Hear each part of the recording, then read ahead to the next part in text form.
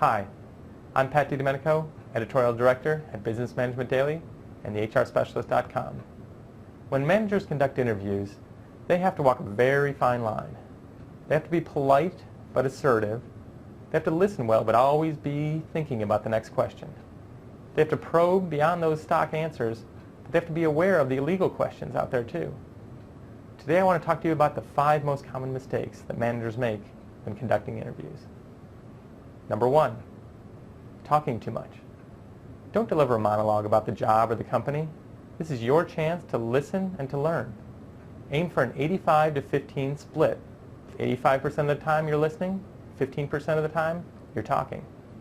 Also, don't rush in to break those awkward silences. Give the applicant plenty of time to respond. You want to listen as much as you can, let those silences go. Those silences also give you a chance to see how they handle pressure situations. Mistake number 2, failing to prepare. Don't quickly scan a resume for the first time just before you sit down with the interviewee. Take time to review it beforehand and think about what you want from the new employee. Preparation will help you keep the interview on track, and it will help you determine whether a candidate is qualified or not. Mistake number 3, asking questions off the cuff. A loose approach is not good for interviews. At best it can be uninformative, and at worst it can be legally dangerous. Prepare a list of questions ahead of time and stick to them. You can still dig deeper into an applicant's answers once they answer the question, but managers often get into trouble when they wing it in interviews. Have that list, stick to it, and go with that. Mistake number 4, not knowing your legal limits. Interviews can be a legal minefield. Make sure everyone involved in the interview process understands what they can and can't ask during the interview. This includes employees that you bring in just for a minute to meet the applicant. Avoid questions like these. Are you married? Are you divorced? How old are you?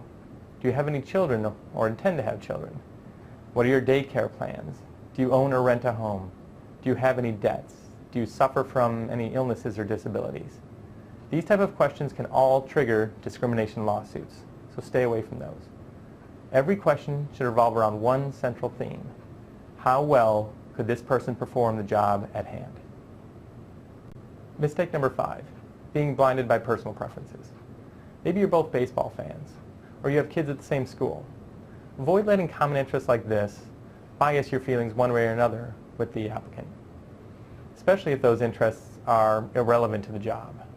Just because you both run marathons doesn't mean this person can keep up the pace at work. So follow these rules. You should be in good shape at your next interview. You'll end up with the best applicant, and you'll keep yourself out of legal hot water. I'm Pat DiDomenico, Editorial Director of Business Management Daily and the HRSpecialist.com.